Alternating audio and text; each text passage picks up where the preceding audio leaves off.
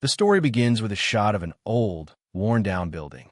This is an okonomiyaki restaurant, which the narrator notes was run by his father and was always short of customers.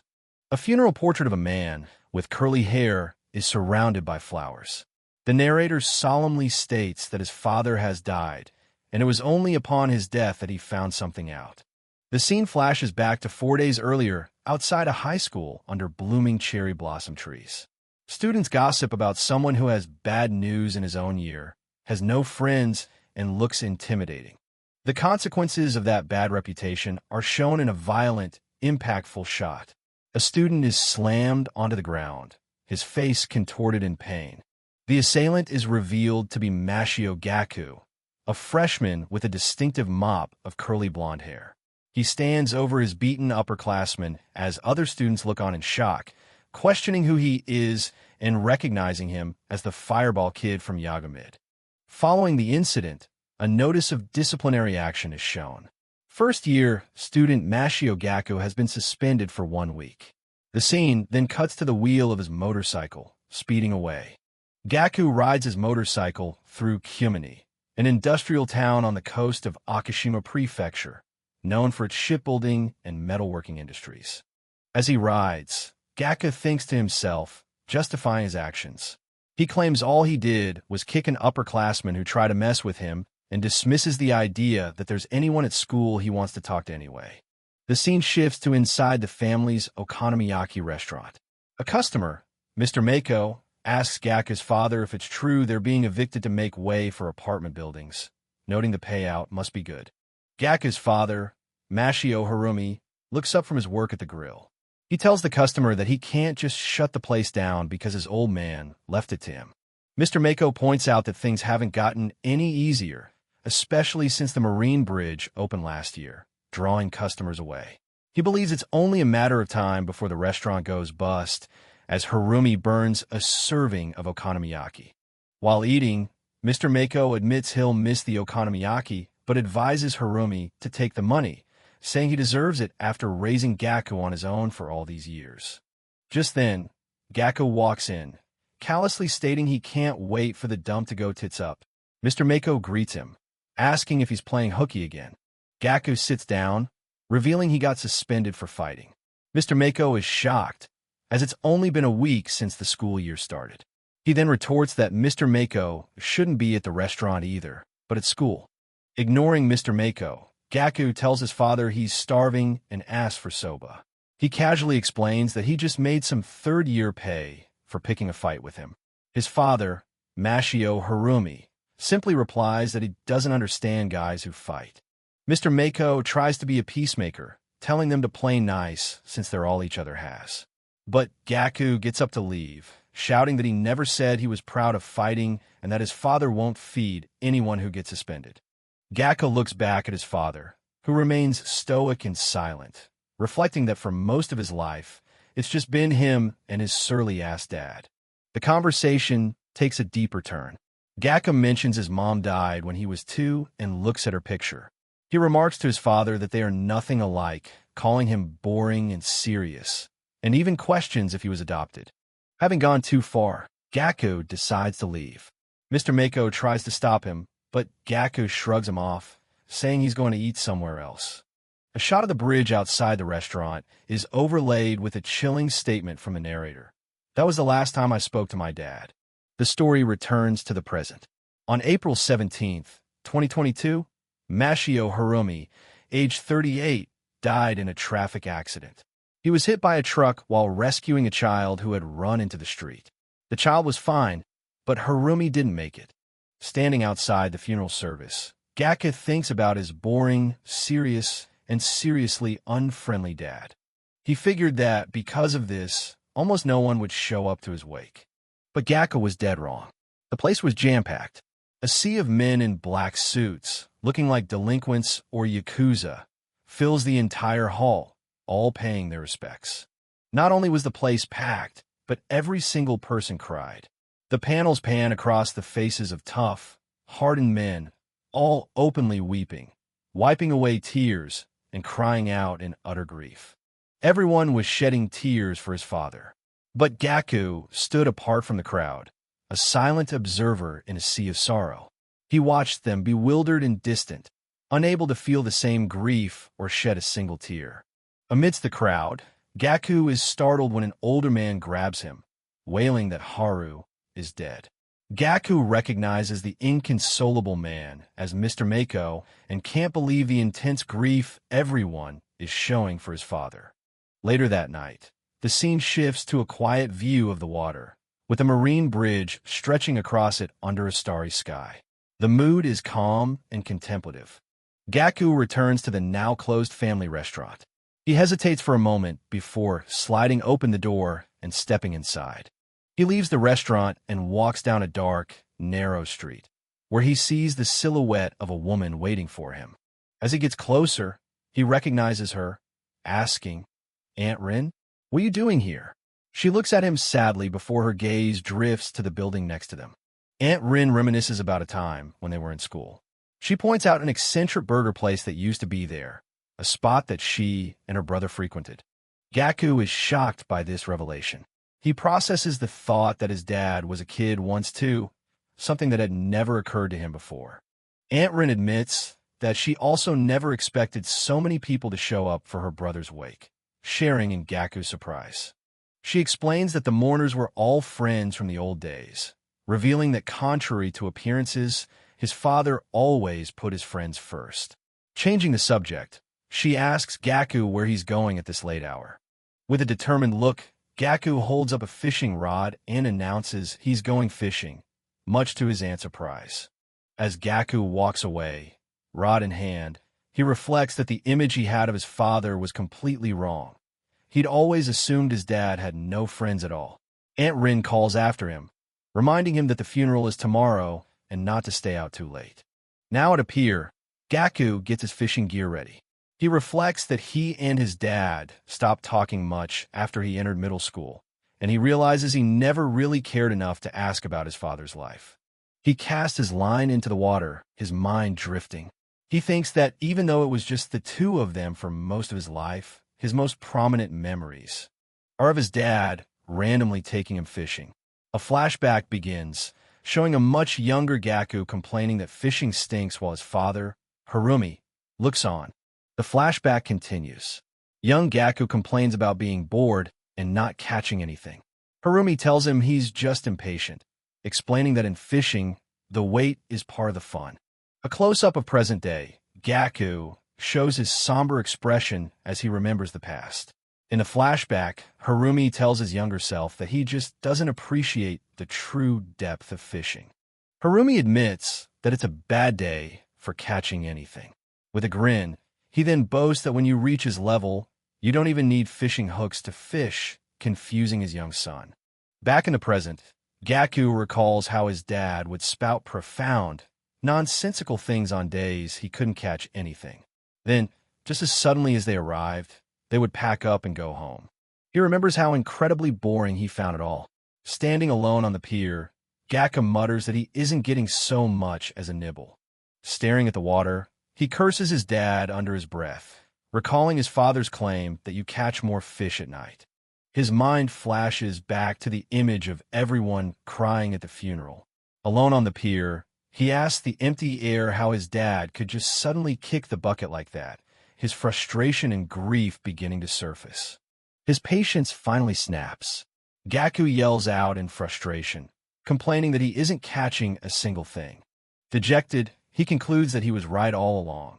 Fishing still stinks. He still can't bring himself to cry. Just as he thinks this, his line suddenly jolts with a powerful tug. He leaps to his feet in shock, realizing he's hooked something and it feels massive. The fishing reel starts to whir uncontrollably as the line is pulled out with immense, unexpected force. The pull is so powerful that it drags him across the pier.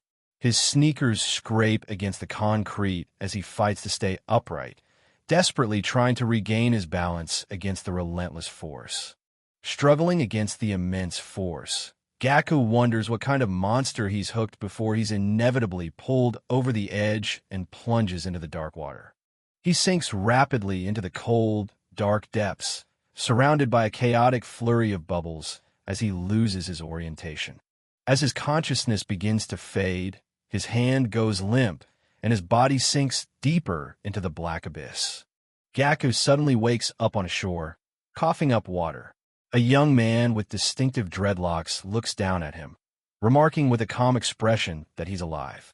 Still disoriented, Gaku tries to understand what happened, recalling being pulled into the water.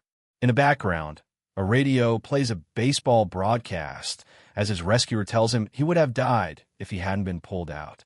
Confused, Gaku asks the stranger if he was the one who saved him and where he came from. The man with dreadlocks replies that this is Port Wari in South Yaga. Gaku is bewildered, as Port Wari is nowhere near his home in Kumini. As he kneels on the shore, the baseball broadcast continues, with the announcer noting the score. Looking up, Gaku is shocked to see his family's restaurant right there. However, next to it stands a burger place that he's never seen before in his life. His confusion deepens as he looks out at the water, frantically searching for a landmark. He wonders aloud, where the hell is the marine bridge? The radio broadcast provides a crucial, unbelievable clue. The announcer mentions the year is 2000. Gaku clutches his head in despair, unable to reconcile the fact that his home is right there, but everything else is completely wrong. Gaku confronts the stranger, asking why he's listening to such an old broadcast. The man simply replies, "What do you mean? This is live." The words hit Gaku with the force of a physical blow. The impossible truth crashes down on him. A live broadcast from the year 2000, and the marine bridge that just opened in his time is completely gone. His eyes widen in horror as he realizes he must have traveled through time. As Gaku is spiraling in his disbelief, a voice aggressively calls out, "Hey, Mashio!" Gaku turns toward the sound, still reeling from the time travel shock. A gang of tough-looking delinquents, dressed in modified school uniforms, approaches them with clear hostile intent. The gang's leader, a man with large earrings and a scar, tells them they have unfinished business. Completely lost, Gaku asks if they're friends of the guy he beat up at school. The leader is confused by the question. Annoyed, Gaku tells the gang to get lost and stop trying to gang up on him. Ignoring Gaku completely, the leader screams at the man with dreadlocks, "Mashio Harumi, get ready to eat shit." The man with dreadlocks calmly states, "They're here for me," as Gaku looks on in utter shock. Gaku stares at the young man, whose name is Mashio Harumi, the same name as his father. He looks between the approaching delinquents and this calm, strong young man who is his spitting image. The final piece of the puzzle clicks into place. Gaku's mind shatters as he points a trembling finger at the young man, letting out a scream of pure, unadulterated shock and disbelief. This is his father. As one of the delinquents tells Gaku to shut up, Mashio Harumi makes his move in a blur of motion. With incredible speed, Harumi delivers a powerful kick, sending the advancing delinquent flying. Gaku can only watch, completely stunned by the display of power from the person he thought he knew. His father, the young Mashio Harumi, turns his head with a calm, confident look. He coolly states, "The tide is perfect right now. Let's get this done quick."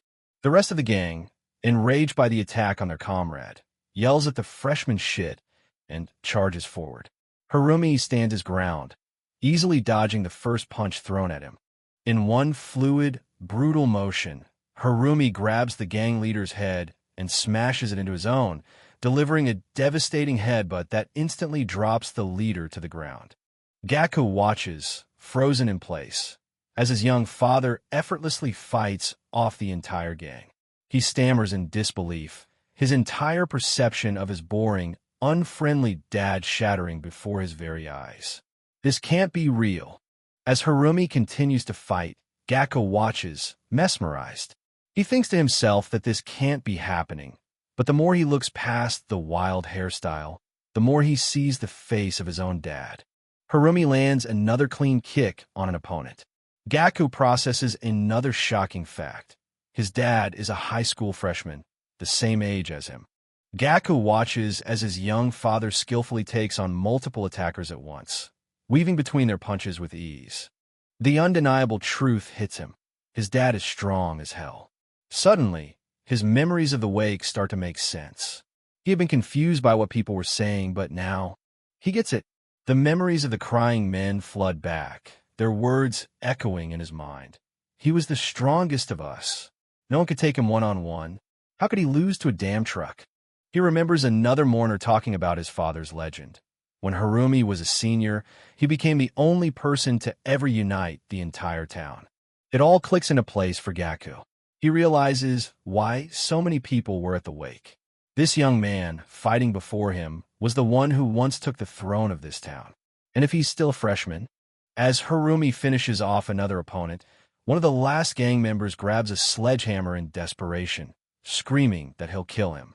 But before the thug can swing, Gaku leaps into action, positioning himself between the weapon and his father. He calls them out, asking if outnumbering him wasn't enough. Now, they have to bring weapons too. With a look of pure disgust, Gaku stares down the thug and tells him, "That's just about the lamest shit I've ever seen." The thug tells Gaku to stay out of it, but Harumi seems surprised by his intervention. Gaku can't help but think, "Pops, you're like a whole different person." Gaku takes a fighting stance, challenging his father. "Just try not to slow me down." Harumi smirks, accepting the challenge. "Right back at you," he replies, as they stand back to back, ready for battle. The two of them, father and son from different timelines, fight together. The irony is not lost on Gaku as he remembers his father's words from just days ago. "I don't understand guys who fight." As Harumi takes down another attacker, Gaku has a profound realization. Since his father is only a freshman, this must be the very beginning of his legendary journey to take the throne. The battle is over in an instant. The pier is littered with the groaning, defeated bodies of the gang members. The leader looks up, his face bloody and bruised. Gaku points out that the leader is the only one left standing. Cursing, the leader and the rest of his crew make a hasty retreat, abandoning their fallen comrades. In the quiet aftermath, Harumi looks out at the rippling water. "Tide's turned," he says, as he and Gaku stand over the defeated gang. Sometime later, the two are fishing again. Gaku watches his young father, thinking he could have never pictured him like this. Harumi, meanwhile, just comments at a bad day for fishing. Then, Harumi repeats the exact same nonsensical line Gaku remembers from his childhood. "Though when you reach my level, you don't need fishing hooks to fish." Hearing this confirms it beyond all doubt for Gaku. No doubt about it, he thinks. "This guy is my dad." Harumi turns to Gaku with a slight, impressed grin. "Hey," he says, "you're pretty strong." That simple praise from his father, something he likely longed for his whole life, is the final blow to Gaku's emotional defenses. A single tear escapes and runs down his cheek. The tears begin to flow uncontrollably. Harumi, surprised, asks him what's wrong as Gaku tries and fails to wipe them away. Gaku collapses to his knees, overwhelmed with emotion. He realizes that this is the very first time he's cried since his dad died. But these aren't tears of sadness. As he sobs, he realizes they are tears of joy. In this impossible moment, this dream, his father is alive. After he composes himself, Harumi asks for his name. Wiping his tears away with a smile, Gaku decides to lie, introducing himself as Miyagi Gaku, and reaches out to shake his young father's hand.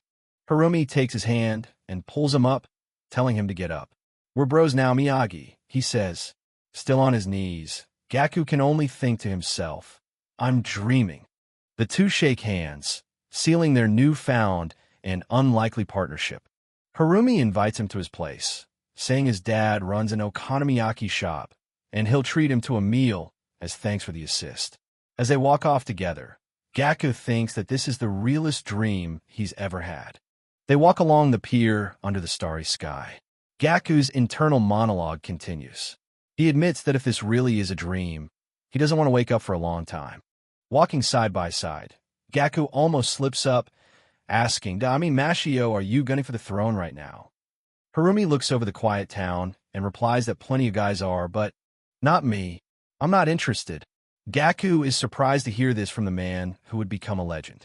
Harumi adds, "Oh, as long as I can fish in peace and quiet, that's all I need." He asks Gaku why he's so curious. Gaku just stammers that he figured everyone was like that. The chapter closes on Gaku's solemn vow. Somehow, he has shown up in his dad's high school days, and this will be the bloody, sweaty, and tearful story of him and his dad aiming for the top of the town together. A somber note with a funeral photo of Gaku's recently deceased father. Gaku himself narrates that on the day of the wake, utterly exhausted, he fell into a long and surreal dream. His dream begins with a harrowing memory, falling from a breakwater, the water rushing over him as he lost consciousness. Gaku recalls how he was saved, but the experience catapulted him 22 years into the past. There, he met a radically different version of his father, not the quiet man from his memories, but a fierce high school delinquent. This younger version of his dad was the complete opposite of the man he knew, a fighter ready to take on anyone who challenged him. The dreamlike recap ends as Gaku is jolted awake by a voice shouting from off-panel, asking if he's still sleeping. Groggy and disoriented, Gaku sits up in bed. He dazedly asks if the person standing over him is his Aunt Rin. But as his vision clears, he's met with a confusing sight. A young girl with blonde hair and heavy drew makeup screams in his face, furiously declaring that she's nobody's aunt and is only 14 years old. Startled and now wide awake, Gaku reacts with alarm, calling the girl a monster and demanding to know who she is and what she's doing in his room. He tells her to get out, but the girl, who reveals her name as Rin, coolly retorts that it's a room, not his, leaving Gaku speechless. Stunned, Gaku finally takes in his surroundings. The room is filled with posters of 2000s-era pop stars and feminine decor, making it painfully clear he is an intruder in a stranger's room. Rin storms out to complain to her father about the dweeb in her room. Gaku, still sitting on her bed, tries to explain it was a spur-of-the-moment situation, as Rin argues that she was out studying at a friend's place. The argument continues in the kitchen. Rin is furious that her father doesn't believe she was studying, to which he tiredly and sarcastically asks if she was preparing for clown college. Rin dramatically declares she's going to become a delinquent, but her father just scoffs, questioning how she could possibly become even more of one. Watching the exchange, Gaku finally connects the dots and asks the girl if she is, in fact, his Aunt Rin. The chaotic family breakfast continues. Another young woman with curly hair greets Gaku warmly, but Rin is still fuming. She shoves Gaku away, yelling at him not to call her aunt and calling him a dweeb. Overwhelmed by the situation, Gaku steps outside for fresh air. He's followed by a kind-looking woman who asks if he's okay. Gaku can only stare at his hands, his mind reeling from the realization of who these people are. He wanders to the nearby embankment, the very place he fell into the sea. The absence of the familiar marine bridge confirms his fears. This is Kumini from 2 decades ago. Yesterday wasn't a dream after all. A memory from the previous night's fight surfaces. His delinquent father had offered to get him some food. The narration clarifies that his dad runs an okonomiyaki place and took him home, which is also Gaku's childhood home. Back at the restaurant, his sister, Harumi, remarks that she rarely brings friends home. But Gaku isn't listening. He's frozen in shock, staring at the man behind the counter. It's his grandfather, who died 10 years ago in Gaku's timeline. As he served a plate of food, his grandmother, looking vibrant and much younger, dotes on him. Gaku marvels at how different she looks, almost unrecognizable, but still so full of life and young at heart. Trying to cover for his strange behavior, Gaku tells his grandfather that he can only remember things in bits and pieces. His grandfather looks concerned, pointing out the major issue. Gaku doesn't even remember where he lives. Gaku's young father, who has been listening quietly, is brought into the conversation. The grandfather looks to him, asking if it would be all right for Gaku to stay with them for a while. The weight of the situation, the impossible reunion with his family, and the taste of his grandfather's cooking after a decade all crash down on Gaku at once, and he begins to cry. Through his tears, Gaku explains that eating his grandpa's okonomiyaki for the first time in 10 years is what made him cry. It's a literal blast from the past. His grandfather is amused, noting that no one has ever cried over his cooking before. Harumi suggests cleaning out the storeroom for him to use. With everyone in agreement, his grandfather enthusiastically tells Gaku to stay as long as he wants. And just like that, a decision was made. Against all odds, Gaku suddenly had a place to stay. Later, Gaku finds himself back on the embankment, the scene of his temporal displacement. He reflects that only yesterday he was lost with nowhere to go. Now, he has been given a place to belong, but the surreality of his new situation begins to set in. Standing on the same embankment from which he fell, Gaku contemplates his bizarre situation. He wonders if he can truly stay in this era, or if falling into the water again would send him back to his own time. An image of his father's funeral flashes in his mind. The thought of the present he left behind gives him pause, complicating his desire to return. The next day, as Gaku rides the bus, he's spotted by his young aunt, Rin. She watches the bus pull away, a look of concern on her face. Rin recognizes the bus as the one heading into town. Her friends ask what's wrong, and she remarks that Gaku is nuts, thinking that going into town by himself is just asking for trouble. Just then, Gaku's delinquent father, Mashio Harumi, appears, holding a fishing rod and a bag full of his morning catch. He greets Rin, pleased with his haul. Meanwhile, Gaku walks through town, his mind flashing back to his father's wake.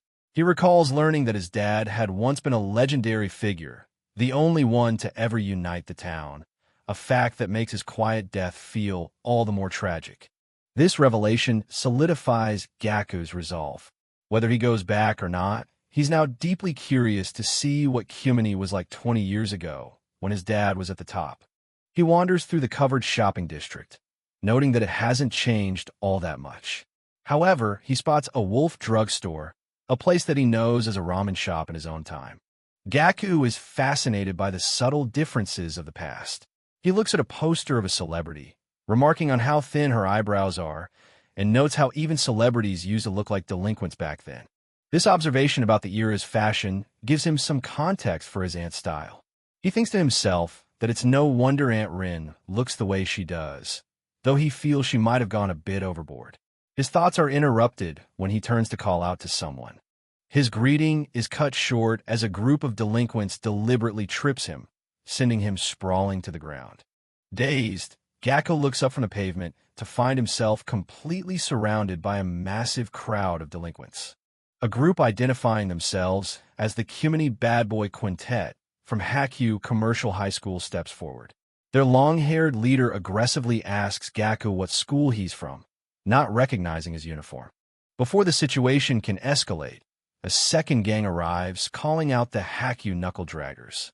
Gaku wonders who these new guys are. This new group, from Kagetsu Technical High School, confronts the Hakyu gang, reminding them that fighting is forbidden in the shopping district. The Hakyu leader scoffs, saying they're just hunting for outsiders, and that it's none of Kagetsu's business. A third, stylish-looking group watches the confrontation with amusement. This third group, from Hayu Academy, decides to join the fray. Their leader, a punk with two-toned hair, declares that a fight between scrubs is a perfect way to kill some time. The tension boils over as the gangs begin to posture and threaten each other, with the Kagetsu gang daring the Hayu gang to start a fight. Caught in the middle of a three-way gang standoff, Gaku is completely bewildered. Just as things are about to explode, yet another group arrives on the scene, their leader cheerfully announcing he spies something fun. Gaku turns his head in alarm, shocked by the appearance of even more delinquents flooding the narrow street. Deciding that this is no time for sightseeing and that he needs to get out immediately, Gaku makes a run for it, trying to escape the brewing storm. As he flees, he's stunned by the sheer number of delinquents he's seen. In his time, there are barely enough to fill a classroom, but here, the streets are crawling with them. He's suddenly reminded of something an old family friend, Mr. Mako, once said. Back when they were teenagers, this place was so wild you couldn't walk 2 feet without tripping over a delinquent. Now seeing it with his own eyes, Gaku realizes the reality is 100 times worse than he ever could have imagined. Looking over the chaotic, tense streets of the shopping district, he wonders with a mix of fear and awe. And this is the community that my dad is going to stand at the top of? Panicked, Gaku breaks into a run, his only thought to get out of the volatile downtown area as quickly as possible. He manages to make it to a bus stop, thinking he might have escaped. As he waits anxiously, telling himself it's just 5 more minutes, a hand suddenly claps down on his shoulder. His heart sinks. He's been caught. The delinquents have surrounded the bus stop, cutting off his only route of escape. Dragged into a back alley, Gaku is quickly overwhelmed. The Haku leader mocks him for thinking he could get away and then lands a hard punch to his face. Now completely trapped, Gaku wonders what he ever did to deserve this. The gang leader explains their motive. It's open season on any delinquents found in the area. He clarifies that their hunt for outsiders applies to anyone not affiliated with the powerful Five Schools Alliance, confirming Gaku was targeted simply for being an unknown. Fed up and cornered, Gaku's own fighting spirit ignites. He screams that he doesn't give a damn about their rules and lands a stunningly powerful right hook on the gang leader's jaw, sending him stumbling back. The rest of the gang is momentarily shocked, but their anger quickly boils over. They challenge Gaku, asking if he really thinks he can take them all on. He braces himself and manages to land another blow. Despite his defiance, Gaku knows the odds are impossible. He realizes he's completely screwed, but resolved to take down as many of them as he can before he's overwhelmed by their sheer numbers. The fight becomes a blur of motion. Just as one of the delinquents grabs a wooden plank to finish him off, Gaku spots a break in the chaos. Suddenly, a new voice cuts through the noise, calling the one-sided beatdown the lamest shit I've ever seen. It's Gaku's father, Harumi, standing at the edge of the alley, looking on with disgust. Harumi calmly admonishes the gang, pointing out the cowardice of not only outnumbering their opponent, but also resorting to using weapons. Before they can react, Harumi explodes into action. He launches himself into the air with a spectacular flying kick, slamming his foot into a delinquent and sending him flying. The crowd watches, stunned, as the man soars through the air. Harumi lands, looking furious. He angrily demands to know what they're doing to his bro. Gaku, bruised on the ground, can only stare in awe and stammer the word dad. Gaku desperately tries to warn his father, asking if he's crazy and pointing out the sheer number of enemies they're facing. Harumi, however, remains unfazed, calmly taking stock of the situation. An enraged delinquent charges forward, demanding to know who Harumi is. Gaku grimaces, thinking the situation isn't ideal, but his father just smirks. With a confident grin, Harumi declares it a piece of cake and unleashes a single, lightning-fast punch that knocks the charging delinquent out cold. Gaku watches, completely mesmerized by his father's speed and power. The remaining gang members can only shout in utter disbelief, calling Harumi completely nuts as the one-sided fight ends as quickly as it began. The sky above is calm, a stark contrast to the chaotic brawl that just took place. After the fight, Harumi checks on a battered Gaku, asking if he's still alive. Gaku, lying exhausted on the ground, weakly flashes a peace sign. He confirms that, surprisingly, he's somehow still breathing. As he lies there, his thoughts drift to the future he left behind. If he went back, his dad would be dead. Harumi then asks him why he jumped into the fight in the first place. Harumi, also looking bruised and battered, sits down and laughs. He admits that he should have known taking on 20 guys at once was an impossible task. He gets Gaku's attention, and Gaku looks back at his young father, his own face a mess of cuts and bruises, but his eyes filled with a new understanding. Sitting together in the aftermath, Harumi casually brings up the great haul of fish he caught that morning, inviting Gaku to go night fishing. But Gaku, his mind made up, states plainly that he'd rather stay in this time, when his dad is alive. Not want to face his old man looking so battered, Harumi suggests they get something to eat at the burger place next door. Gaku recognizes the name of the restaurant, It's the same place his Aunt Rin had mentioned.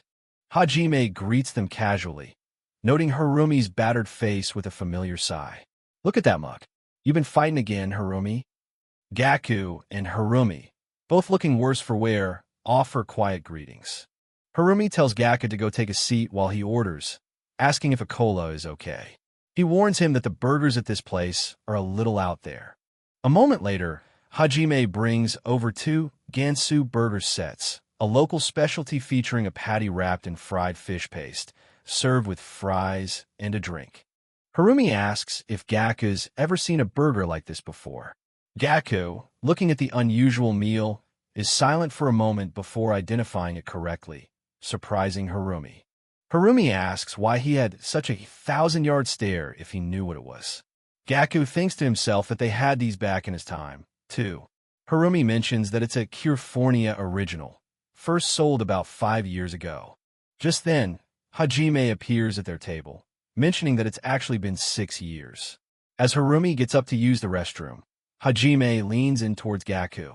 With Harumi gone, Hajime leans in close and says something that floors Gaku completely. Welcome to the year 2000. Gaku is utterly shocked, his eyes wide with disbelief. For the first time, someone in this era has directly acknowledged that he doesn't belong here.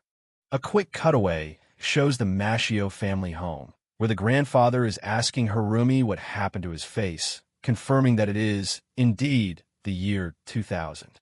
The scene flashes to Gaku and Harumi returning home to the okonomiyaki shop, where the whole family is shocked to see their beaten-up faces. His sister Harumi exclaims how tattered they look, while Rin looks on with concern. Back at the burger joint, Gaku looks at Hajime with a new resolve. He has made his decision. He will live here, in this era, next to his father who is the same age as him. In a chaotic family meeting after their return, Gaku's grandfather asks if he's eaten. Gaku, still processing everything, confirms that he ate at the burger shop next door. The scene returns to the pivotal conversation. Gaku asks the old man, Hajime, who he is. He blurts out that he's from the year 2022 and doesn't know why he's here. Hajime cryptically tells him he'll see him tomorrow. When Harumi returns, he asks what they were talking about. Hajime quickly covers, saying he was just asking about the chairman, Gaku's grandpa, whom he knew in the past. Then, Harumi drops a bombshell. Starting tomorrow, he and Gaku will be going to the same school. Gaku is stunned, realizing he gets to go to school with his father. He even recognizes the name, Aonami High, the same school he attended. Overwhelmed with gratitude, Gaku bows deeply to Hajime, thanking him for arranging everything. Hajime just smiles and tells him not to cause too much trouble. Later, Gaku looks out at the harbor at night, a path forward finally clear. That night, Gaku finds himself outside the now-closed California burger. He peers through the window, seemingly looking for more answers from Hajime, but the place is dark and empty. Suddenly, he's startled as a car pulls up right behind him. He whips around in alarm. The vehicle is a classic white Skyline GTR, its headlights cutting through the darkness. Gaku jumps back, shouting in surprise. The driver's side window rolls down, revealing Hajime. Gaku is completely bewildered. Hajime says he figured Gaku would come and invites him to go for a ride since he just closed up the shop. Hajime peels out, teasing Gaku that he should have come sooner, as he almost mistook the boy lurking in front of his closed store for a thief. As they drive, Hajime talks about his classic car, an old model with a specially tuned engine. He muses that a kid from the hybrid era, like Gaku, wouldn't appreciate the sound. This prompts Gaku to finally ask the question burning in his mind. Who are you? Gaku is still reeling from the sudden turn of events, shocked to find himself in a car with a man who somehow knows his impossible secret. Hajime pulls his classic car over at a quiet roadside vending machine. He gets out and buys them both a can of coffee, a simple, disarming gesture that momentarily breaks the tension. A text box introduces the man, Hajime Maruchi, 35 years old. As they drive, Hajime sips his coffee. Gaku, still processing the situation, thinks to himself what a strange old man he's dealing with. Gaku demands to know how Hajime knew he was from the year 2022. Hajime astutely retorts by asking how a high school student from Gaku's era knows how to use polite honorifics, revealing that Gaku's formal speech patterns gave him away. Then, Hajime drops the bombshell, stating it plainly, "I am the same as you. I came to this era 6 years ago." Gaku is left utterly speechless, his eyes wide with shock. Hajime continues, proving he knows exactly who Gaku is. Harumi's son, Mashiro Gaku. He acknowledges that it sounds like a lie, especially since Harumi is currently a high school student himself. Hajime explains how he recognized him. He opened his burger shop in 2016 in his original timeline. He remembers Gaku as an elementary school kid, coming in with Rin a few times. Gaku faintly recalls a burger shop that used to be open at night. Gaku is still lost, but Hajime cuts him off, saying he doesn't need to know the rest. Gaku persists, still demanding to know how he was so certain that he was from 2022. Hajime reveals that it's not just the two of them. He explains that others have come to this time in the same way. One 6 years ago, himself, and another 3 years ago. He adds that the person from 3 years ago has already gone, though. He lays out the pattern. It happens once every 3 years. He points to the second Ondo Bridge sign, saying he saw Gaku there the previous day and had a feeling he might be another time traveler. Hajime spells out the rule of the strange phenomenon. Once every 3 years, on the night of April 8th, if you fall into the sea from that embankment, it seems that you will return 22 years ago. Gaku still doesn't fully understand, but the mechanics are laid bare. Hajime drops Gaku off back at the Mashio family's okonomiyaki shop. Leaning out the window, he says, "Now you know what I mean," before driving off. He tells Gaku that he's always at the burger joint, so he should stop by any time he needs him. Gaku thanks his senpai, relieved to finally have an ally who understands his impossible situation. As Hajime pulls away, Gaku tells him he's starting school with his dad tomorrow. Hajime explains that since he's Gaku's senior in time skipping, he's a senior in all things. Gaku accepts this and heads home for the night. But before he leaves for good, Hajime stops, a serious look on his face. He tells Gaku he has one piece of advice for him, as his newly appointed senpai. Hajime delivers his cryptic advice. "Your father, Harumi, was the top of this town, and then you were born." The statement hangs in the air, leaving Gaku stunned and confused. Gaku doesn't understand what he means. Hajime simply tells him to keep the thought in the back of his mind. Gaku narrates that at the time, he had no idea what his senpai's words truly meant. As Hajime drives off, Gaku yells that he doesn't like coffee, so he should buy him something else next time. Hajime just tells him to go home and get some sleep. The narration hints that it wouldn't be long before Gaku understood everything. The next morning begins. Birds chirp on a telephone wire as a newspaper headline announces that Leonardo DiCaprio caused a stir at Narita Airport, perfectly setting the scene in the spring of the year 2000. Inside the Mashio home, Gaku's grandfather drinks his coffee while his sister, Harumi, watches TV. She's completely smitten with Leo, gushing about his upcoming movie, The Beach. Rin trudges downstairs, looking exhausted. Her father sarcastically asks if she managed to get out when the ship sank. Rin retorts that her real dad is Leonard, for sure, then asks where her brother and his friend Gaku are. Harumi informs Rin that the two boys already left for school without her. Rin descends into a full-blown panic, screaming that it's the first day of school, and she doesn't have her makeup on yet, a fate worse than death for a gal. The narration confirms it's now Gaku's third day in this new era. A panel shows Hajime, who is still thinking about the confusing events of the previous day. Gaku, his father Harumi, and Rin walk along the embankment. Gaku is still pondering Hajime's cryptic words. He asks Harumi what he's going to do without him, to which Harumi just smiles. Gaku reaffirms his desire to stay in this time, to be with his father while he's still alive. As the bus approaches, Harumi tells Rin that she's a teenager now and should try going on her own. From a distance, Hajime watches the trio walking away. He muses that it's good they're all friends, and tells himself to go meet his own friends after school. Harumi, Gaku, and Rin walk down the road together, a strange new little family unit heading off to their first day of high school. As the bus travels along the coastal road, Gaku reflects on the absolute absurdity of his situation.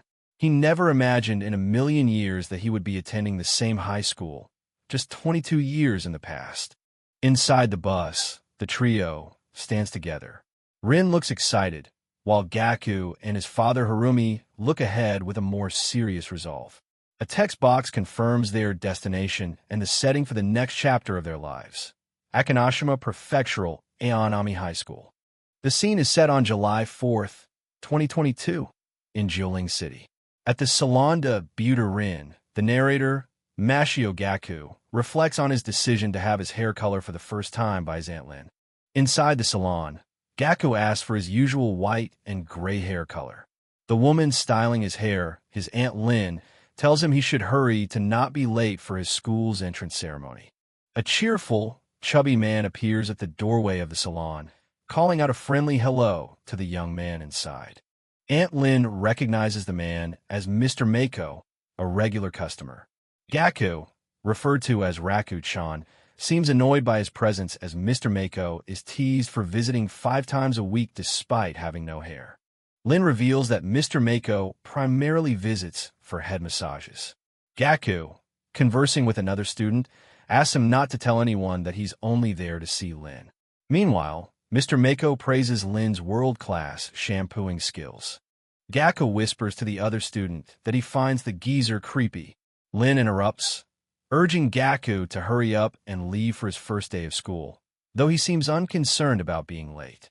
As Lin slams the door and goes back inside, Gaku prepares to leave, bidding farewell. Mr. Mako observes the scene, remarking on how Lin's kindness hasn't changed over the years. Lin twitches, overhearing Mr. Mako's comment about her age. Flustered, he tries to recover by awkwardly comparing her aging process to a fine shot of tequila, crispy yet raw. Outside, Gaku puts on a helmet, ready to leave on a scooter. It's mentioned that Haru-san's son is also attending the same high school, and Gaku will be surprised to see him. Lin watches Gaku with a concerned expression. As Gaku rides off into the city streets, a voiceover praises Lin as an angel, while another ominous thought suggests that only some people manage to encounter him, presumably Gaku, and emerge unscathed. The scene transitions to a shot of cherry blossoms, followed by the sign for Seiha High School, establishing the new location. Students in uniform walk towards the school. Among them is Rin, now seen in her school uniform, walking alongside a friend, with cherry blossom petals falling around them. Gaku arrives on his scooter, pleased to see so many pretty girls. His arrival is cut short when a teacher spots him and angrily whistles, shouting that scooters aren't allowed at school. Inside the school hallway, Gaku breathes a sigh of relief, thankful that he managed to escape the teacher and avoid getting into trouble on his very first day. As Gaku wonders where his class is, 2 students, Jiren and Masa, approach him from behind. They greet him, calling him Mickey, and noting that they can recognize his distinctive white-gray hair, even from a distance. Gaku turns to face Jiren and Masa, looking surprised. He questions why they are speaking to him so politely, as it's something they don't usually do. Masa suggests they forget about what happened in middle school and try to get along from now on. However, Gaku coldly dismisses their attempt at reconciliation, telling them it would be better if they never spoke to him again before walking away. Jiren and Masa watch Gaku walk away, their expressions a mixture of shock and frustration at his cold rejection. On the school rooftop, Gaku leans against a railing, his mood soured by the encounter. He mutters to himself that he wants to avoid trouble, otherwise he would have smacked them. Just as he's reflecting, Gaku is discovered. Someone calls out to him, having searched the whole school only to find him hiding out on the rooftop. A group of 3 upperclassmen confronts Gaku. Their leader, a student with blonde hair named Masatora, smirks and comments that Gaku looks hot as a fireball.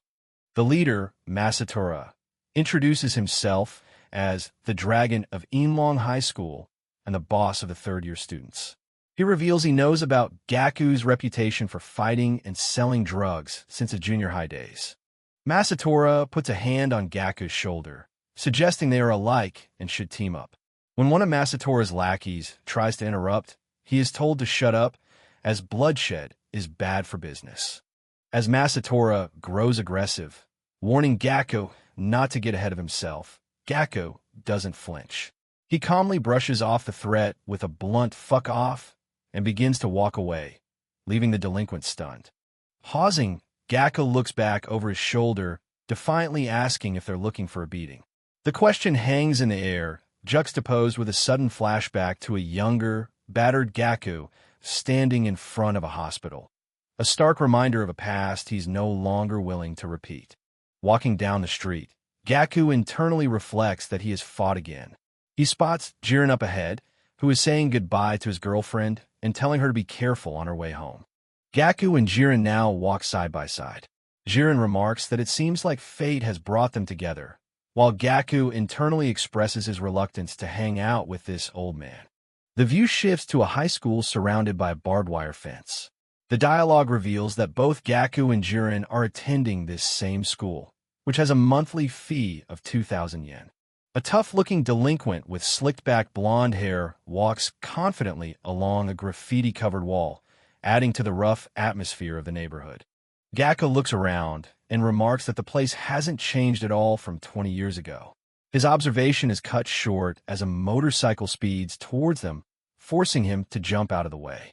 Two delinquents on a motorcycle harass another student, yelling "Fatso," before the passenger turns back to apologize, seemingly for a past transgression from 2 years ago. Inside the school, the same delinquents, now with a larger group, confront Gaku and Jiren.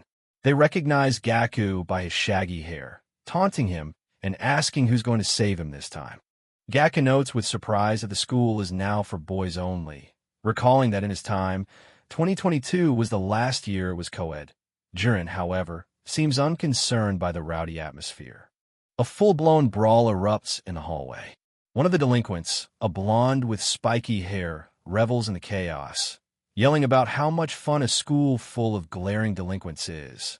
Amidst the chaos, Gaku looks on with a knowing smile, a stark contrast to his earlier desire to avoid trouble.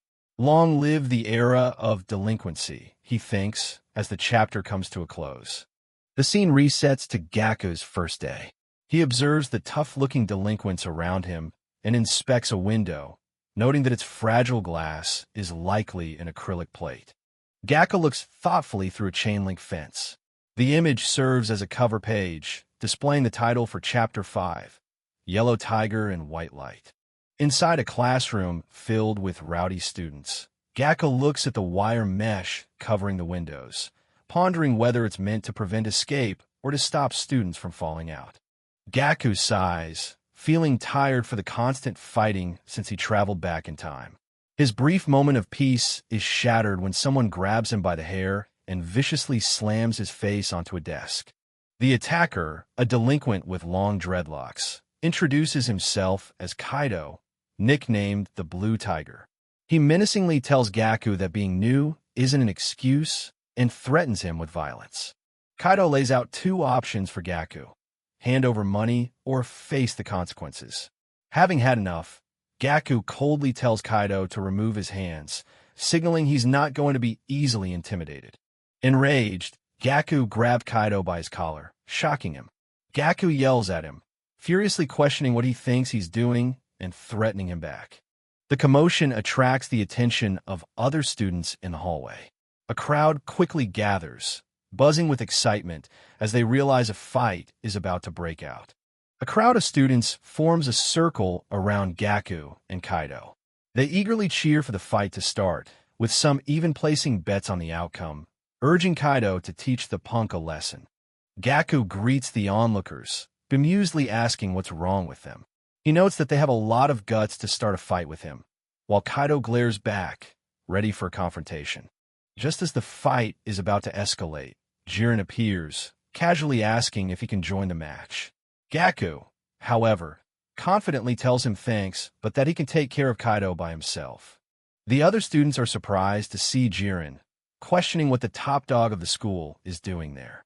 Kaido asks Gaku if he knows him, and Gaku confirms that he is currently staying at Jiren's house. Jiren steps in, telling Gaku, Raku, to go home without him as he has some business to settle with Kaido.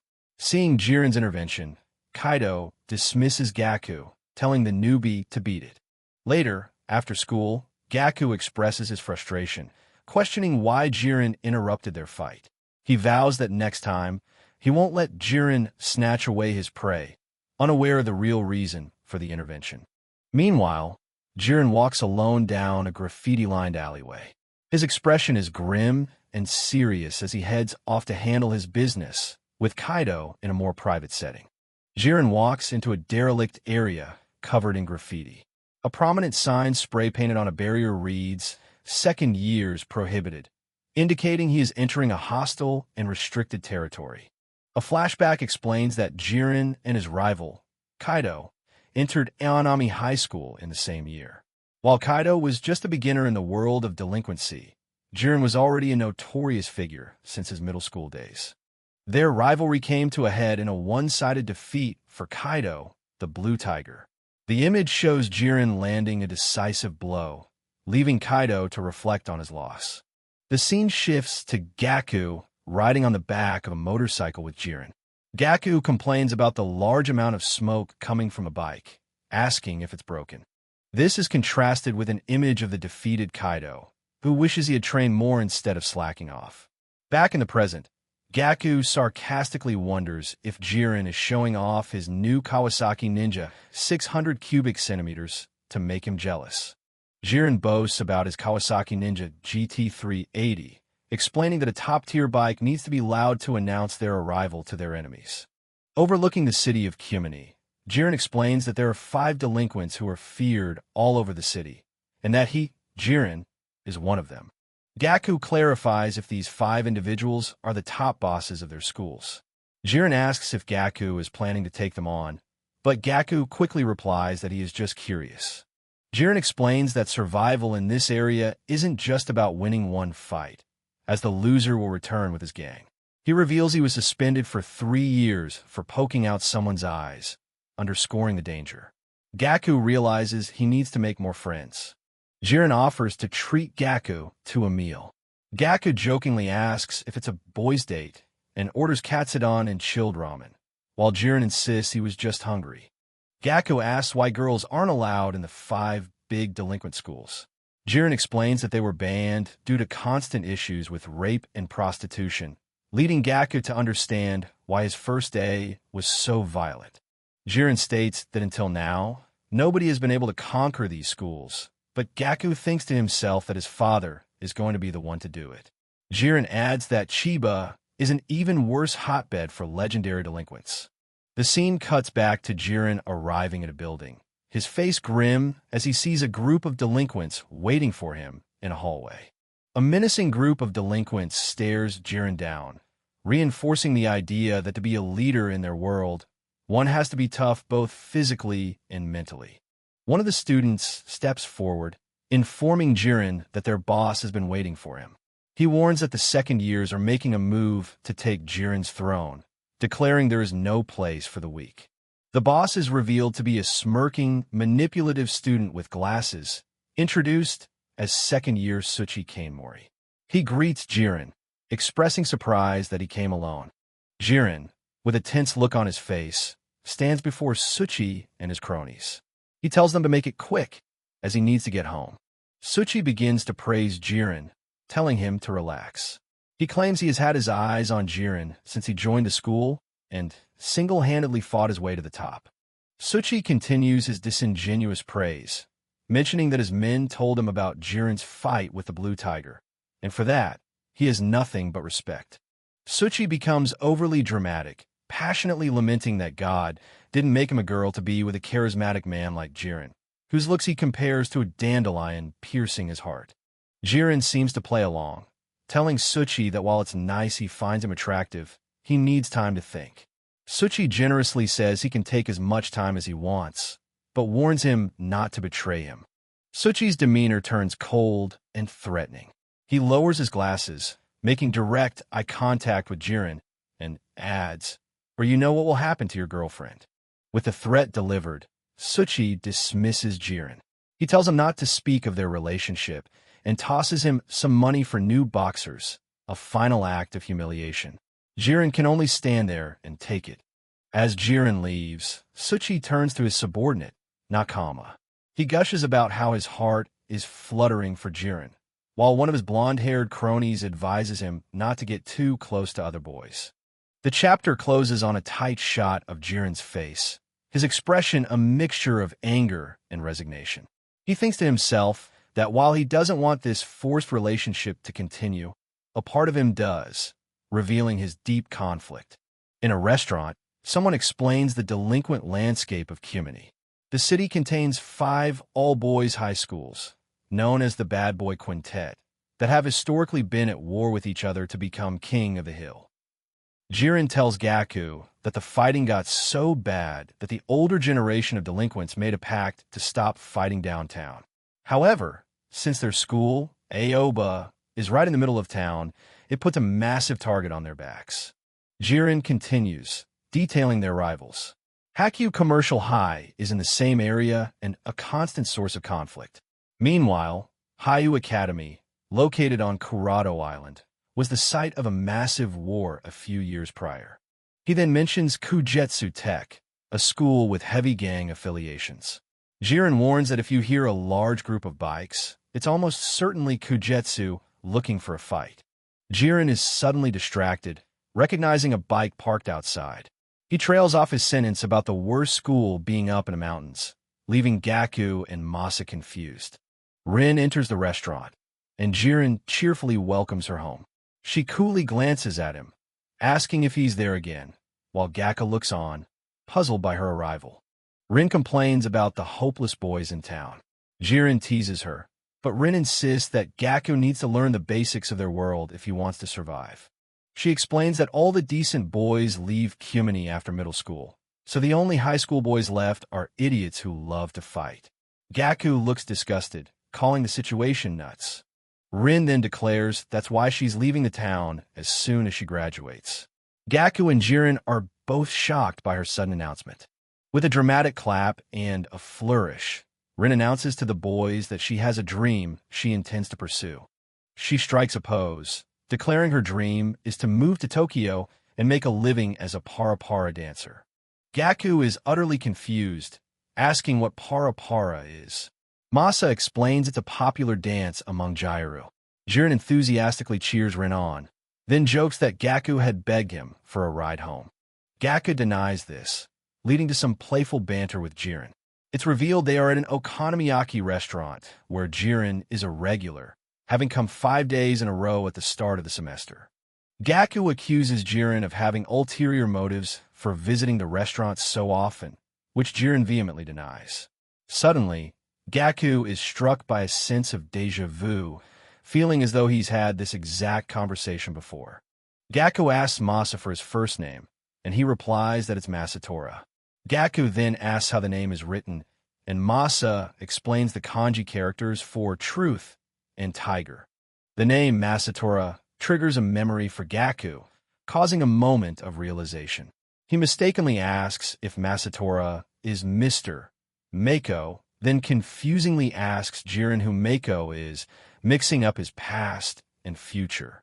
Rin finds Gaku's mistake cute and decides to give Masatora the nickname Mako from now on. Masatora is delighted by the new nickname. Gaku finally connects the dots. The man in front of him, Masatora, is the younger version of Mr. Mako from his own time.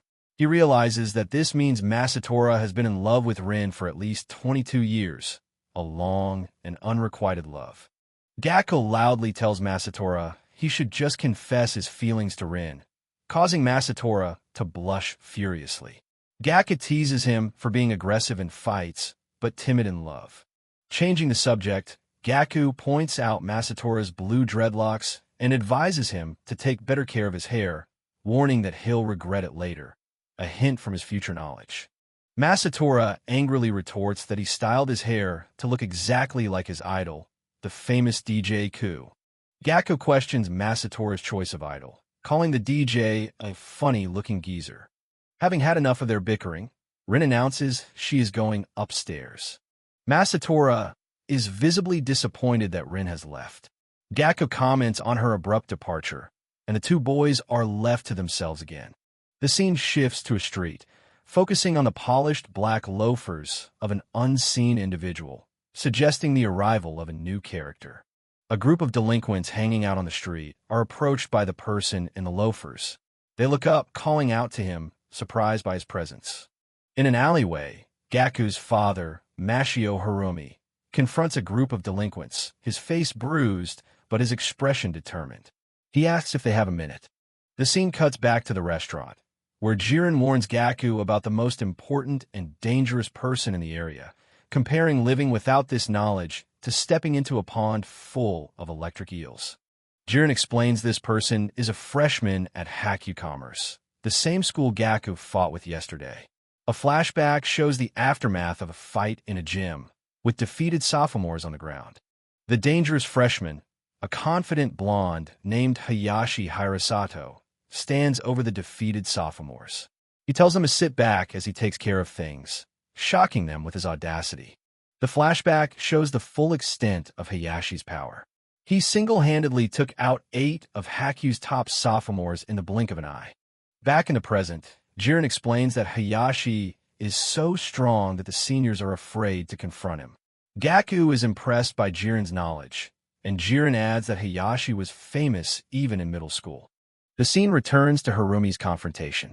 One of the delinquents defiantly yells that he won't tell him anything. A separate panel warns Gaku's group that Hayashi Hirasato's name is one to remember, as a run-in is inevitable. Harumi doesn't waste words, immediately launching an attack and swiftly taking down the defiant delinquents. 2 of the delinquents are left groaning on the ground, defeated by Harumi's overwhelming strength.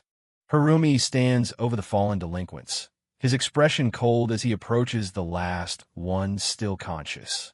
He grabs the terrified student by his uniform, menacingly asking if he wants a knuckle sandwich too. With the delinquent properly intimidated, Harumi gets to the point, demanding to be told where he can find Hayashi Hirasato.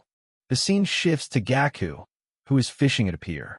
Unaware that his father is also looking, Gaku laments that he couldn't find Hayashi today and only has a couple of days left to do so. Frustrated, Gaku reels in his line, complaining about the pain in his ass situation.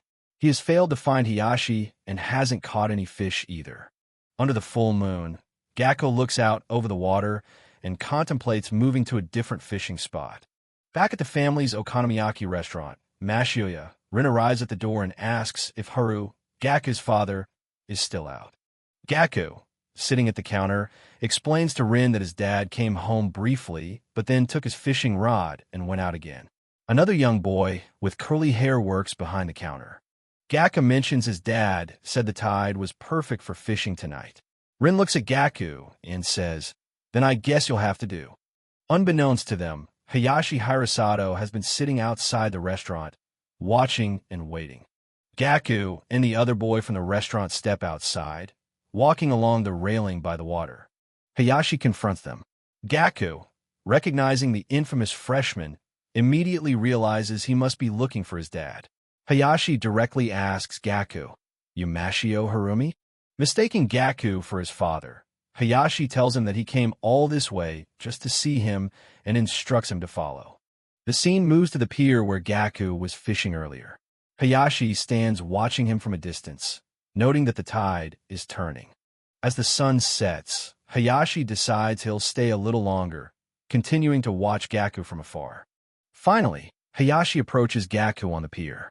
Gaku turns to face him, asking what he wants, setting the stage for their confrontation. Hayashi grows angry at Gaku for feigning ignorance, still believing him to be his father, Harumi. He asks him just how badly he wants to piss him off. Hayashi mentions that he knows Harumi was so eager to find him that he even beat up some of Hayashi's men downtown today. Gaku is shocked, realizing Hayashi is talking about his father's actions. This must be the business his dad had to handle. Standing on the beach, Gaku puts the pieces together. His dad, who said he wasn't interested in ruling Kyumani, is secretly gunning for the throne. Realizing the gravity of the situation, Gaku asks Hayashi who he is, concluding he must be a real big shot. Hayashi's eyes widen in disbelief and fury that Mashio Harumi is asking who he is. Without warning, Hayashi launches a powerful punch that connects squarely with Gaku's face, sending him reeling backwards. Hayashi doesn't let up, following through with another brutal blow before Gaku can even react. The relentless assault sends Gaku stumbling to the ground, completely overwhelmed by Hayashi's ferocious attack. Hayashi delivers a final, powerful kick to Gaku's head, cementing his dominance in the fight. Gaku is left sprawled on the sand, utterly defeated, as Hayashi stands over him. Hayashi formally introduces himself, stating, "I'm the guy you've been looking for. Hayashi Hirasato, from Hakyu, and don't you fucking forget it." Lying on the ground in pain, Gaku finally understands who his opponent is, weakly muttering his name, Hayashi Hirasato from Hakyu. As he struggles to get up, Gaku has a flashback to his conversation with Jiren, who had warned him about the most important and dangerous player in the city. The pieces click into place for Gaku. He realizes with a start that this formidable opponent is the very same person Jiren and Masatora had warned him about. Despite the beating, Gaku gets back to his feet. Hayashi notes that he hits hard for a supposed big shot. Gaku prepares to fight back, but Hayashi counters, and they ready themselves for another exchange. As they trade blows, a caption appears. Back in 2022, Gaku, using experience from his own time, manages to land a clean hit on Hayashi. Gaku lands a powerful kick, thinking to himself that he is a bona fide big shot too, proving that he's not just his father's lookalike but a capable fighter in his own right. Hayashi wipes a bit of blood from his lip and laughs, impressed. "This guy's pretty good," he says. Gaku, however, is disappointed that his powerful kick didn't knock Hayashi down, realizing the fight is far from over. The scene opens on Hayashi Hirasato, who complains to himself about staying in one spot for too long, thinking he should have moved earlier. The chapter is ominously titled, Seaside Fight Under the Waning Moon. Later, at a dark pier, Hayashi holds a fishing rod, looking out at the water. He notices he's not alone and realizes with suspicion that the other guys present don't seem to be there for fishing. Hayashi witnesses the end of a brutal fight. He recognizes one of the combatants as Miyagi Gaku, standing over a bloodied opponent. Curious, Hayashi wonders who the other guy is. The fight between Gaku and the challenger is fierce, with both landing and dodging heavy blows in a chaotic exchange of fists. Gaku blocks a punch while delivering a powerful one of his own. His opponent grimaces in pain, admitting that he'd heard rumors about Gaku's strength since middle school. The opponent is shocked, realizing that Gaku is even stronger than the rumors suggested as he takes another hard punch to the face. Amazed that someone his own age could be so strong, the challenger mistakenly identifies his opponent as Mashio Harumi just before Gaku lands another blow. Under the full moon, the challenger, defeated, raises a hand and admits defeat to Gaku. As they stand by the water, Hayashi asks Gaku if he's fighting again. Gaku denies loving to fight and explains that he came here to fish after a previous bad spot, but he's not ready to give up on fishing for the night. The defeated challenger lies on the ground, his face bruised and bloody, looking up in a daze. The challenger, still on the ground, turns his attention to Hayashi and asks who he is. Confused and desperate, the challenger asks Gaku if he isn't Mashio Harumi. He then turns his angry gaze to Hayashi, demanding to know if he is Mashio Harumi, the one he's been looking for. Gaku states he's never heard of him and introduces himself as Miyagi Gaku. The focus shifts to Hayashi, who is identified as Hayashi Hirasato. Gaku then taunts the defeated man, asking if he's been aiming for the top. Hayashi watches the challenger struggle to his feet, thinking to himself that Gaku beat up the guy he was supposed to fight and muttering that the scene is pathetic. Hayashi openly mocks the challenger, calling it a disgrace that he came all this way to fight Mashio only to get beaten up by a random person. Suddenly, a new figure appears, holding a fishing rod. It's the real Mashio Harumi, Gaku's father. Hayashi, surprised, asks if he's here to fish while being all messed up. Harumi confirms he came to settle the score and catch some fish. Despite his injuries, Mashio Harumi enthusiastically casts his line, declaring that there's always room for dessert in fishing, and it would be a waste to ignore a good tide. Mashio Harumi suggests they make a competition out of it. Hayashi accepts the challenge, smirking as he tells Harumi that this will be his funeral. Gaku watches on, surprised that his dad is so fired up. Meanwhile, Hayashi fishes, frustrated that he isn't getting any bites and feeling that they're just not in the mood tonight. As his rod suddenly twangs, Hayashi mutters in frustration that everything seems to be going wrong for him today. Suddenly, Mashio Harumi's rod bends violently. He shouts in excitement that he's got something, much to Hayashi's surprise. Mashio Harumi proudly boasts that he's never lost a fishing competition since he was a kid.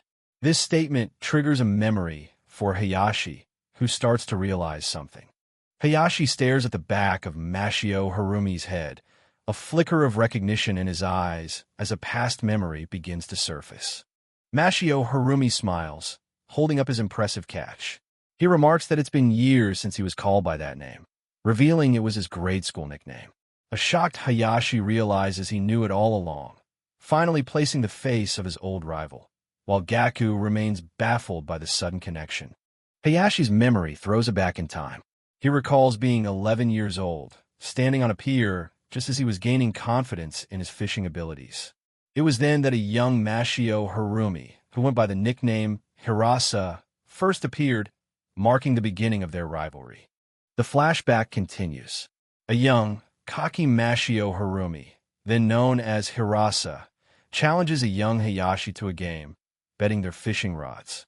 Believing he saw a nice rod he could win, Hayashi agrees, determined not to lose.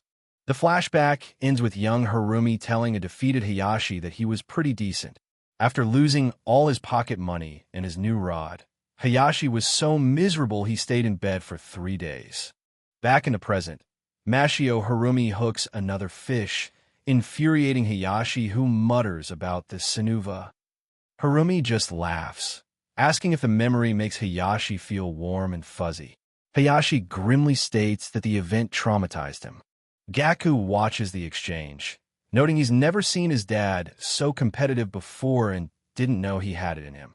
In his thoughts, Hayashi reaffirms his talent for fishing and his resolve not to lose to this goober again. The scene shifts to the graffiti-covered walls of Aoba High School, establishing the rough, delinquent-controlled environment. A new character with long dreadlocks, Mako, confronts Gaku in disbelief, asking if he really beat Hayashi Hirasato from Hakyu. When Gaku confirms, Mako calls it bullshit, claiming Hayashi is way out of Gaku's league. Hayashi himself confirms it's true and that Gaku won. Mako is taken aback, noting that as far as he knew, Hayashi had never lost to anyone their age before. Hayashi adds that while Gaku may be a good fighter, he's still rotten to the core. Gaku comments that his dad used to be a poor loser. Mako worriedly asks if Hayashi is alright, but Hayashi just smiles cryptically, quoting that all great fishermen are bad apples. Elsewhere, a gang leader named Kanamori learns of the event. Believing Mashio Harumi was the one who won, he smirks, remarking that Harumi is even more useful than he thought for managing to beat Hayashi. However, one of Kanamori's subordinates clarifies that it wasn't Mashio who beat Hayashi, but freshman. Kanamori is stunned by this new information. The scene returns to Aoba High, where delinquents crowd the hallway, making plans for fights. One of them is rudely told to get out of the way.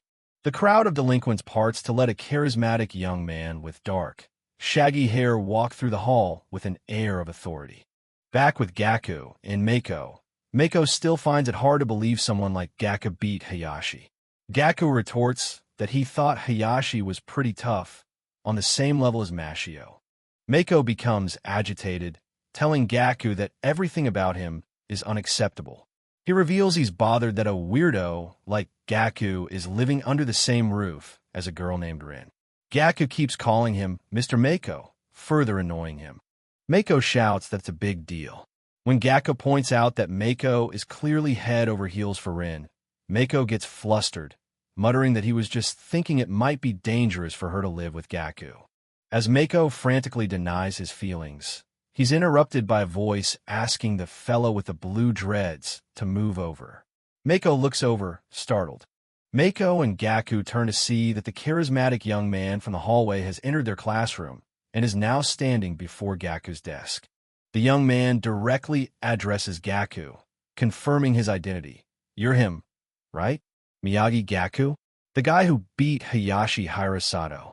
The other students whisper in awe, recognizing the intruder as the head of the seniors who they thought had dropped out. The man introduces himself to a wary Gaku as Shiranui Roku, a senior. With a calm and confident expression, Shiranui Roku extends an invitation to Gaku. "So, Miyagi, can I interest you in joining me?" Returning to Kanamori's hideout, the boss angrily demands to know who fought Hayashi if it wasn't Mashio. Kanamori's subordinate explains that it was apparently some guy who's living with Mashio. This piques Kanamori's interest as he wonders about the connection. Kanamori deduces that if this person lives with Mashio, they must be close. He smiles, seeing this as a golden opportunity, another great pawn that has just fallen into his lap without him having to lift a finger. Just then, one of their crew members bursts into the room, shouting Kanamori's name with urgent news. Kanamori nonchalantly asks if he lost his wallet. Kanamori is shocked as the messenger breathlessly reports that Shiranui, the senior, has come back to school.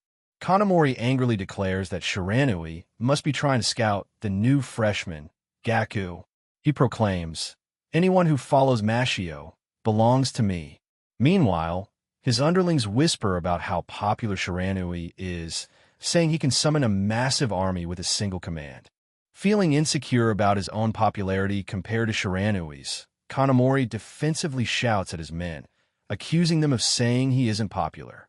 Kanamori becomes melodramatic, wiping a fake tear and claiming his heart is broken that his feelings of friendship were one-sided. He tells his crew to go ahead and follow Shiranui if they like him so much, shouting that he doesn't need any of them.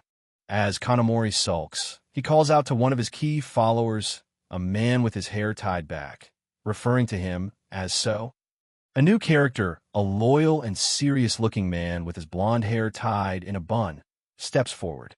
This is Wagitsuma, Kanamori's right-hand man, and he declares that Kanamori is the only one he will follow.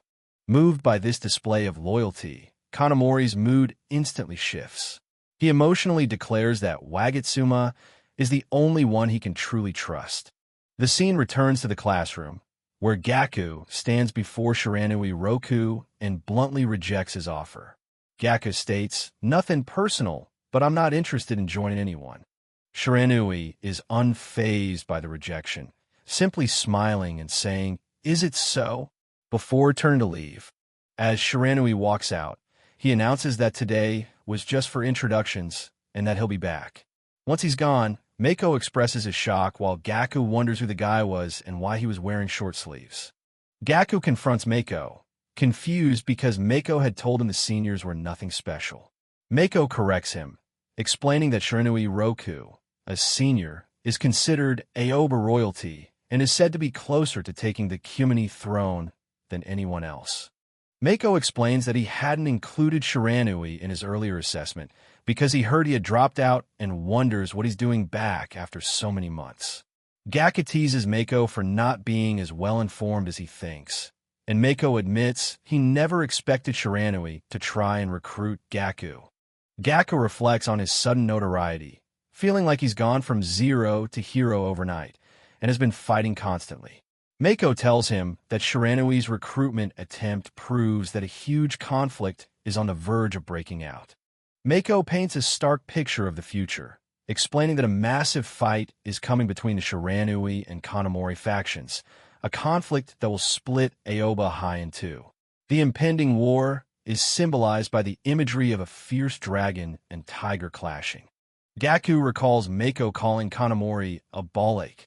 Mako clarifies that on his own, Kanamori isn't special.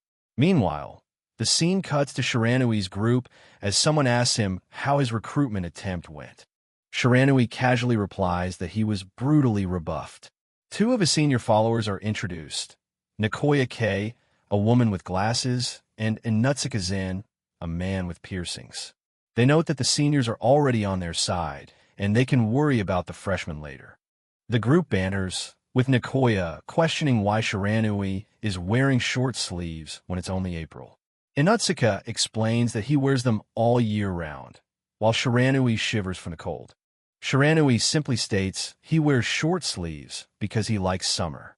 Ignoring his leader's fetish, Inutsuka gets back to business, asking what their next move is. Staring out at the rain, Shiranui reveals his urgent goal. "We gotta unite Aoba by summer, or I won't be able to face him." Shiranui turns to his crew with a determined look, confirming that their primary target is Kanamori. The scene cuts between Mako, Nikoya, and Wagatsuma as Mako explains that Kanamori is only part of the equation. With the focus landing on Kanamori's loyal right-hand man, Wagatsuma, implying that he is the real threat to worry about. Gaku and Mako discuss Shiranui on the school stairs. Gaku is skeptical, saying Shiranui didn't seem like a big deal and that Harumi had never heard of him. Mako isn't surprised, commenting that Harumi is clueless about such matters and that he himself has known about Shiranui since middle school. Mako elaborates on Shiranui's reputation. As a fighter, he was in a league of his own from his freshman year. By the time he became a sophomore, he had all but united Aoba. Mako continues the story, explaining that everyone was sure Shiranui would then aim for the citywide Cumanese throne, but for some reason, he disappeared after summer vacation and never returned to school, leading Mako to believe he had quit. Mako explains that in the power vacuum left by Shiranui's disappearance, Kanamori, who was never a major player before, started making moves to increase his influence. Nowadays, over half of Aoba High is aligned with Team Kanamori. After school, Hayashi tells Gaku he has another errand to run and can't walk home with him. Seeing an opportunity, Mako immediately offers to give Gaku a ride home instead. Hayashi says goodbye and leaves. Mako, flustered, insists he's not just offering a ride because he wants to see Rin. Gaku, unconvinced, politely turns him down, saying he has his own errand to take care of.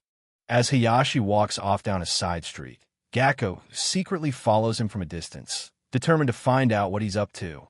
Gaku watches his father's back, a serious expression on his face. He thinks to himself, "Sneak around all you want, Dad. I already know.